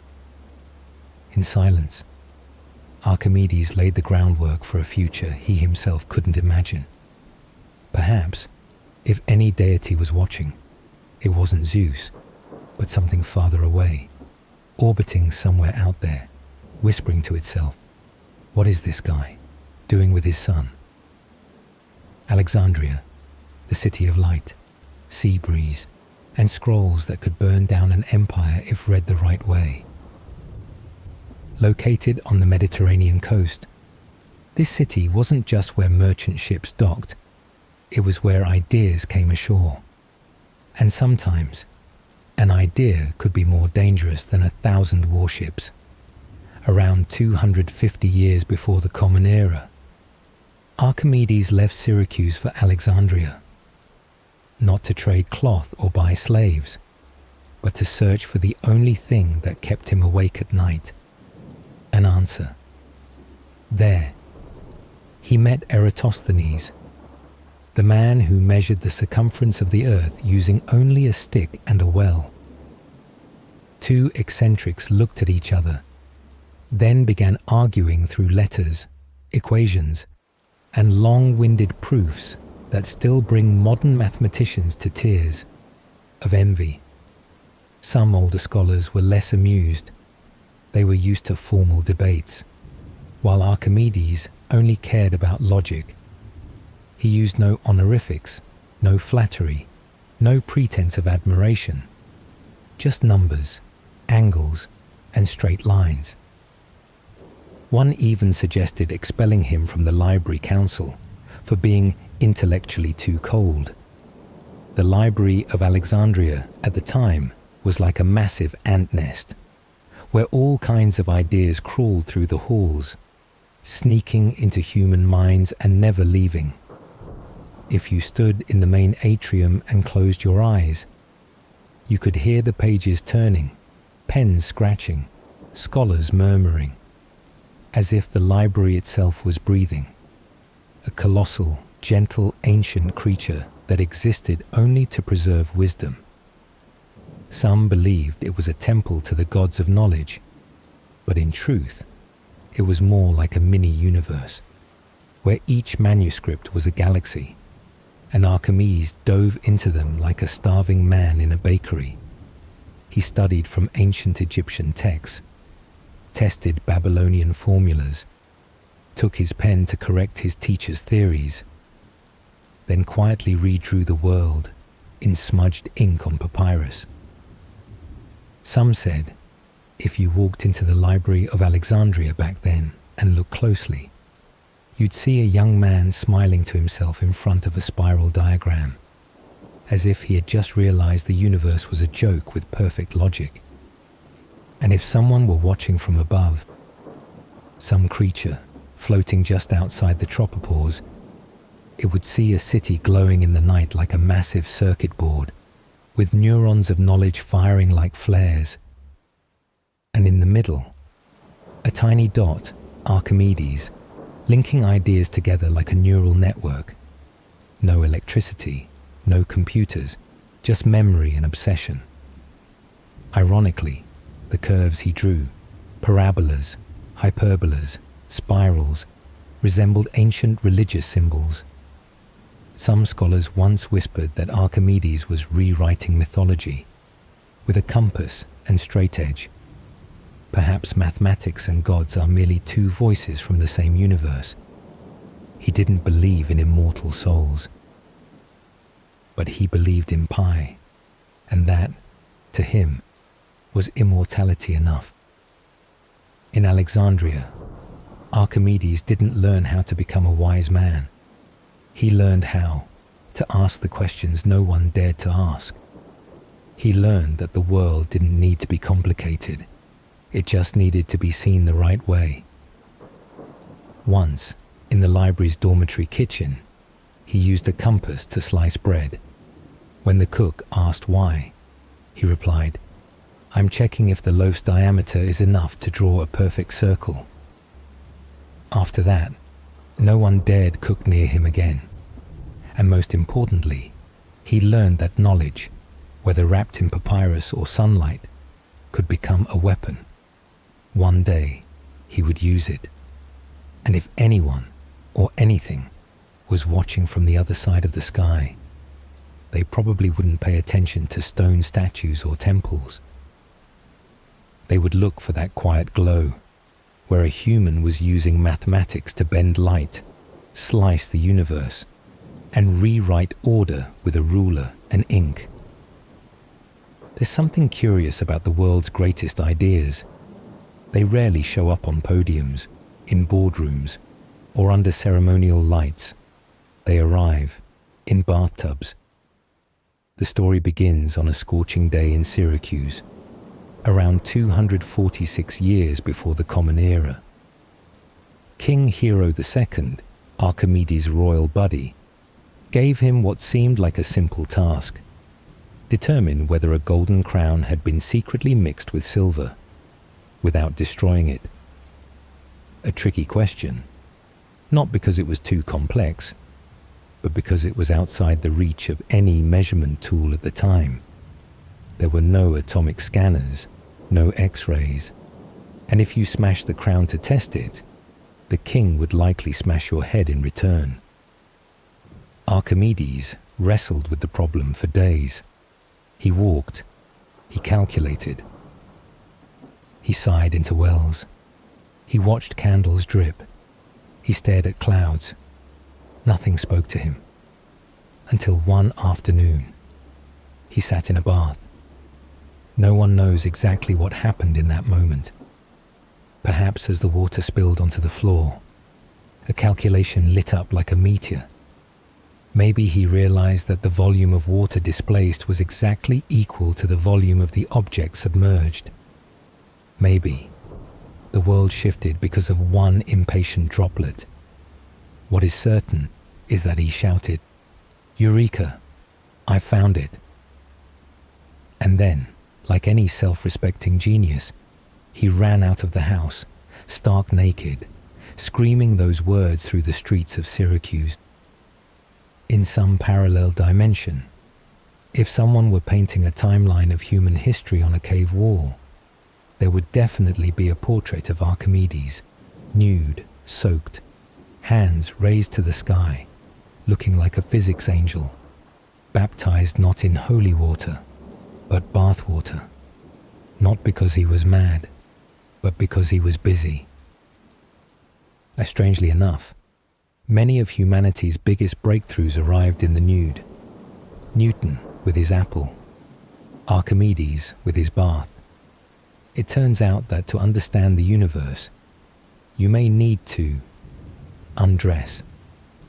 In his mind, formulas were screaming like trains on a track, an excitement too big for clothing, too loud for a body, too wild for the polite tone ancient society demanded. Legend says 3 old women fainted that day, mistaking him for a god. A patrol of guards chased him, thinking he was an omen, and somewhere, a distant deity watching from above may have chuckled. If aliens were hovering overhead, searching for signs of Earth's intelligence, they may have logged the incident as a turning point on their evolutionary charts. First intelligent life form on blue planet discovers law of fluids, while completely naked.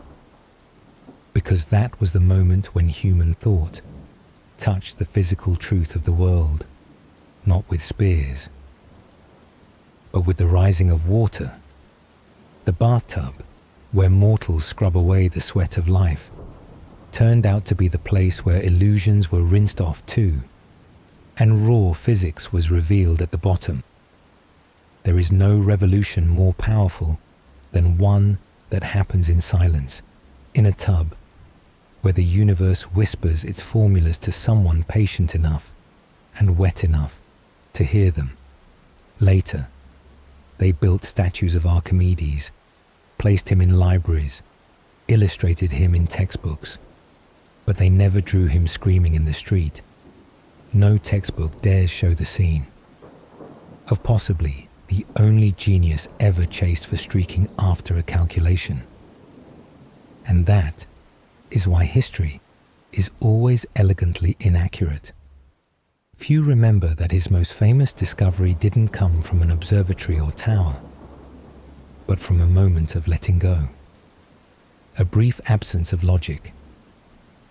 And maybe that's where ideas live most honestly, when you're naked, dripping wet, and jolted awake by something that once seemed useless. In the year 214 before the Common Era, the city of Syracuse sat like a seashell on the coast of Sicily, gleaming under the Mediterranean sun. And then, not even the sun could help anymore. The Roman army, powerful, rigid, arrogant, was closing in on the shore. They brought with them warships, weapons, and the absolute certainty that Syracuse would fall, because Syracuse had committed a cardinal sin, siding with Carthage, and if Rome didn't like someone, they would come and peel them off the map. But then, as the first Roman ships approached the city walls, something strange happened. A ship caught fire, not from arrows, not from boiling oil, but as if someone was roasting it with a magnifying glass. A seasoned centurion may have exclaimed, "We are being punished by the heavens," while a younger soldier thought of childhood when he once used a magnifying glass to burn ants in the yard, and now he was the ant. Then another ship, and another. The Romans panicked, pointing up at the sky, not at the blue sky, but at the city of Syracuse above, where an old man sat quietly beside a massive curved mirror. Legend has it that Archimedes designed a system of reflective mirrors to concentrate sunlight and burn enemy ships, a kind of solar-powered death ray. In science fiction, solar-powered laser weapons are no big deal. But in the 3rd century before the Common Era, that was heresy, sorcery, or misplaced technology. If Archimedes had lived in the 21st century, maybe he'd have been recruited by NASA. But in his time, he was suspected of being a sorcerer. Sounds familiar, doesn't it? Modern historians argue that's impossible. Mirrors can't ignite ships that quickly. The wood is too wet. The angles are inconsistent. Modern logic has plenty of rebuttals. But the best question is always, if it didn't happen, why did people believe it for 2,000 years? Some say certain ideas don't come from within, but are transmitted in, like signals from a distant satellite. Archimedes was merely the antenna receiving them. And then, he turned them into weapons. Perhaps something really did burn. Or perhaps someone beyond Archimedes was observing the battle. Some entity from above, sending a technology, not of this age. Or maybe Archimedes was simply too intelligent for his world. And when someone that intelligent puts a hand on the gears of war, the result isn't a weapon, it's a legend. In dusty old texts, they still record that he created catapults with adjustable firing angles, giant cranes to capsize enemy ships, and even a rotating tower to redirect ballistas with the wind. Many Roman generals, who once mocked philosophers, trembled at the name Archimedes, because he didn't just draw circles, he turned them into weapons. Archimedes didn't invent weapons to kill. He merely proved that reason could flip ships, burn timber, and make an empire tremble. Like Prometheus stealing fire from the gods, he brought the light of thought into the heart of war, and the price of that will come in the next chapter. People often remember Archimedes for his levers, gears, or the catapults that could rotate with the wind. Few remember that he once calculated the number of grains of sand in the universe, not the sand in his yard, not the beach in Sicily where Roman soldiers were burned like ants, but the entire universe, in a text called The Sand Reckoner. Archimedes attempted something no one had asked for: to count how many grains of sand could fit into the universe as imagined by the Greeks. And to do that, he had to invent a numerical system larger than anything humanity had conceived of. He created a system that went beyond millions, billions, trillions, far beyond any existing unit. If Archimedes had a modern computer in hand, he might have felt insulted, because to him, mathematics wasn't for making Excel spreadsheets. Mathematics was a sacred art, where every number was a star and every equation a constellation. While much of the world at that time was still using pebbles to calculate, Archimedes was pondering the structure of microscopic particles and the number of visible stars. No one knows exactly why he wrote that text. Modern textbooks sum it up like this: proof that Archimedes was good at math. And then they flip to the chapter on planar geometry. No one asks, why would someone in the 3rd century before the Common Era think about the size of the cosmos? Was it just a philosophical joke? Or was it a message? Because in that text, he didn't just talk about sand. He talked about the sun, orbits, planets, and the distances between celestial bodies, as if someone had seen a star map from outside the atmosphere and was trying to redraw it, using grains of sand on the ground. In Greek mythology, there's Prometheus, who stole fire from the gods to give to humankind, and Archimedes. He didn't steal fire. He stole coordinates. If we look at that text through modern eyes, it reads like a file that fell off a spaceship, full of formulas. No one understands them, but they carry a feeling.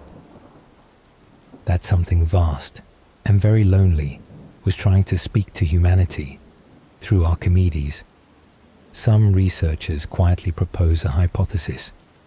What if Archimedes wasn't just an inventor? What if he was a receiver or a transmitter of something, or someone trying to connect with Earth from very far away? Not through spacecraft, but through ideas, not through weapons, but through numbers.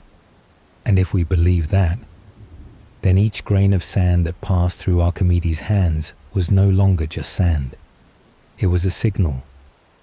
Each grain, in Archimedes' eyes, was not merely a speck of matter, but a bit of data, a galactic Morse code, a message written in cosmic dust, sent to whoever was curious enough to read. And if someone were flying above this planet, looking down and seeing an old man drawing circles in the sand, they would know Earth is responding. Amid war machines, enormous numbers, and light that set Roman ships ablaze.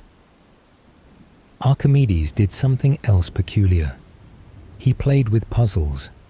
Not puzzles for fun, not children's games, but a philosophical device, a geometric thought engine called stomachion. Stomachion is a square divided into 14 geometric pieces, each shaped so strangely, they seem to have fallen from a world with different gravity. The goal, to reassemble them into a perfect square, but not in just one way. There are hundreds of ways. If a modern quantum computer can process millions of combinations at once, then stomachion is its wooden prototype. No electricity, no processor, just human intellect. from more than 223 centuries ago. Archimedes, from the 3rd century before the Common Era, tried to count every possible arrangement, and his result was so precise that 20th century mathematicians had to sit back in shame.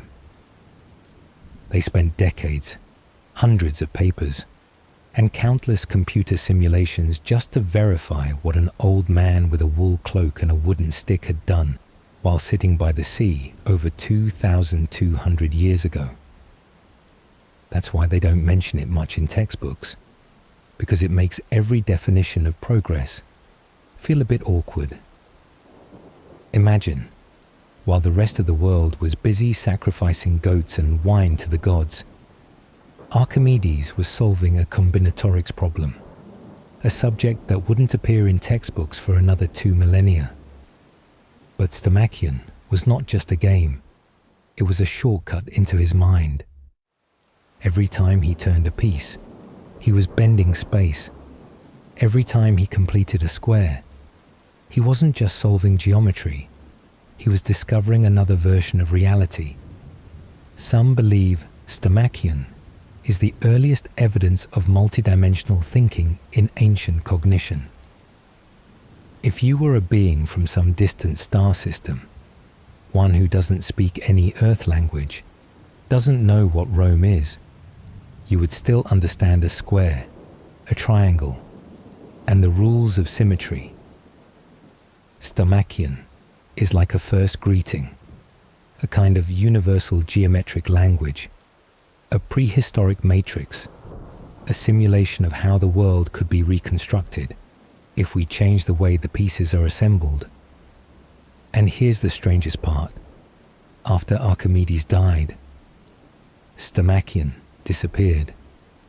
No one mentioned it for nearly 2,000 years, until a smudged manuscript written in Greek with crossed-out letters, overdrawn diagrams, hidden beneath a 13th century prayer text in a palimpsest, a recycled book used by monks, as if Stomachion had been hiding behind the Bible this whole time, was found beneath a religious manuscript in a church in Jerusalem in the year 1906. An archaeologist sat reading, page by page, line by line, and discovered that Archimedes, somewhere in time, was writing letters backward into the past. Stomachion wasn't found. It returned, as if it knew when humanity was ready to receive it. No one understands why he hid it so carefully. Was he afraid, or did he know? This game wasn't meant for the people of his time. Or perhaps, Stomachion wasn't meant to be played, but to be activated. When the city of Syracuse fell in 212 before the Common Era, Rome surged in like a wave of steel. The city walls crumbled. The Carthaginian flags collapsed. The soldiers who had survived the light that burned their ships now returned to find the culprit.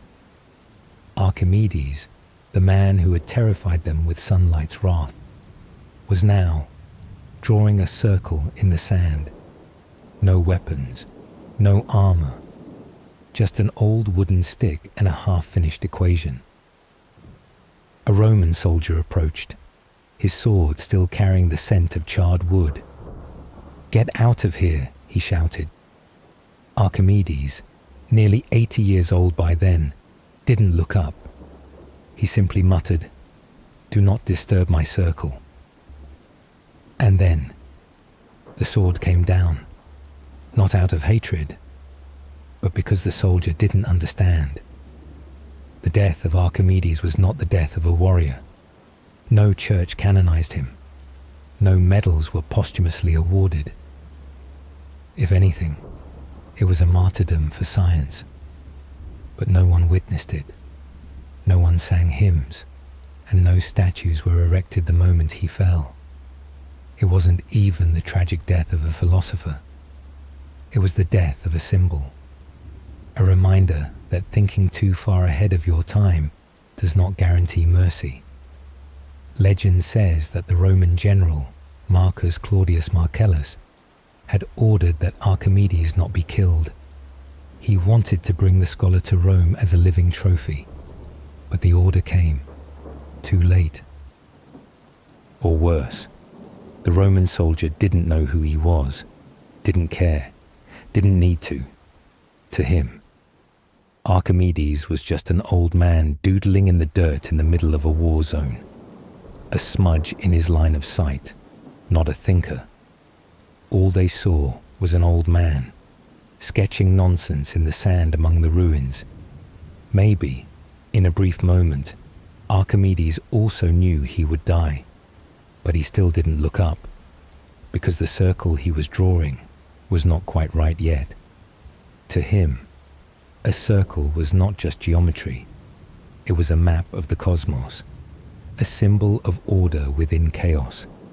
It was how he saw the world, not through myth, not through weapons, but through circumference and radius. How bitter it is that temples are built for the gods of war, but those who dare to imagine the universe through curves are buried in haste. That day, science did not lose. Knowledge did not surrender, but it was buried beneath a Roman boot, and a sword swung in ignorance. They say that where Archimedes fell, if there had been a being flying overhead, an intelligence from another planet, then the scene it would have witnessed that day was this. Humankind had just killed its smartest member, over an unfinished circle. A strange wind blew across, lifting the sand, revealing a perfect circle. Blood pooled, touching the edge of the circumference, then stopped, as if even mathematics knew its boundary. And then, the sand covered it all again. Only geometry and the wind remembered. 2,000 years passed. There was no monument to Archimedes in the squares of Rome. No scroll survived intact. All that remained were smudged ink stains hidden beneath the pressed skins of sheep turned into books. That sheepskin, once wrapped around a living creature, had now become Archimedes' second grave. Not blood, but ink. Not sand, but scripture. He was buried. Not by earth, but by prayers written over thought. The world moved on. People built cathedrals, launched crusades, died for their faith. But no one remembered the man who once calculated the area of a parabola by hand. Until one day, near the end of the 13th century, a Byzantine monk, likely hungry and low on paper, scraped off an old manuscript to reuse it for prayers. He didn't know, and didn't care, that he was placing his prayers over a vortex equation. That manuscript, now called the Archimedes palimpsest, could be considered the black box of civilization. When everything else had fallen, fortresses, statues, libraries, what remained were faint letters beneath ink, like the final whisper of a fading mind. It was one of the strangest intersections in intellectual history, where religion pressed down on mathematics, like a thick blanket on a smouldering brain, where belief was written over logic, not to argue with it, but to erase it, where ancient light was forced to drown beneath sacred ink. No one found it for centuries. It survived like a ghost of knowledge, a reversed hair in the beard of history, hiding behind layers of prayer, just as Archimedes once hid behind the walls of Syracuse. Not until 1906 did a German archaeologist, Johann Heiberg, bring the manuscript back into the light by shining alcohol lamps and sighing. He saw the faint Greek letters beneath, and the shadows of mathematical drawings, parabolas, spirals, spheres, not illustrations, but ancient thought glowing against the grain of history. And then, in the 21st century, with X-rays, infrared imaging, and artificial intelligence, humanity peeled back the layers of time, ink, and devotion to discover that Archimedes had gone farther than Newton before Newton was even born. Maybe that's why the manuscript vanished again during the World Wars, was stolen, auctioned off, then restored with lasers and mouthwash. It survived the way ideas survive, in the dark, through the cracks of history. If an alien had flown over the Paris Library in 2006 with hypersensitive eyes and a mind older than the pyramids, what it would have seen wasn't war, or classified files, or treasure maps. It would have seen a pile of old sheepskin with faded ink, glowing under infrared light. It would nod, because at last it had found proof that humanity once had someone who could think beyond war and worship. It would see something strange, mankind, reaching out to touch a mind from 22 centuries ago, and perhaps, in that moment, they heard Archimedes whisper from beneath the sheepskin, "I have seen the universe. Do you still have it?" And all they could say was, "He knew, before we did." And if someone were flying above this planet, a being floating through the stratosphere with eyes devoid of emotion, as ancient as radioactive carbon, designed only to observe, no judgment, no forgiveness, untouched by war or love, not searching for treasure, not here to conquer, but simply to watch. It needs no voice, just to look down, through clouds, through the smoke of war, and pause before a faded ink stain on animal skin. Not the pyramids, not the White House, not the Kremlin or Google Maps, but a manuscript with curves and strange notations, as if a radio station had broadcast backward through time from the 3rd century before the Common Era. Its signal not sound, but equations and circles, spirals and the principle of leverage, almost invisible, but glowing under ultraviolet light. If that being could feel, it might raise an eyebrow, or whatever the equivalent of that is, because it would see something strange. A tiny species, usually obsessed with guns, scriptures, money, and power, had once produced a mind capable of calculating the volume of a sphere by hand. No satellite required, no quantum computing, just bathwater, sunlight, and a head full of curiosity.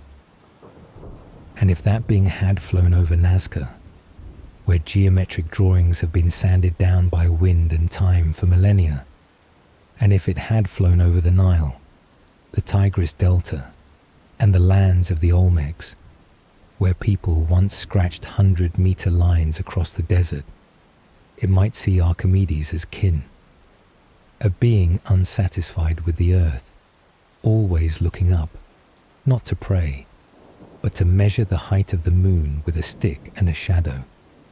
If someone out there truly is watching, they won't remember the name of any emperor, they won't record the wars, but they might keep a single whisper. And if they're hearing us now, on some frequency we've never known, then Archimedes might be their first honorary member, the only one who ever tried to lift the world, not with weapons, but with a question. Not broadcast on television, not etched into stone, but existing like a forgotten secret beneath layers of prayer and the ashes of civilization, as small as a grain of sand, as silent as light on a concave mirror, burning like sunlight striking a Roman sail, a whisper that carries no atomic bomb, no crucifix, but simply says, "Give me a place to stand, and I will lift the earth."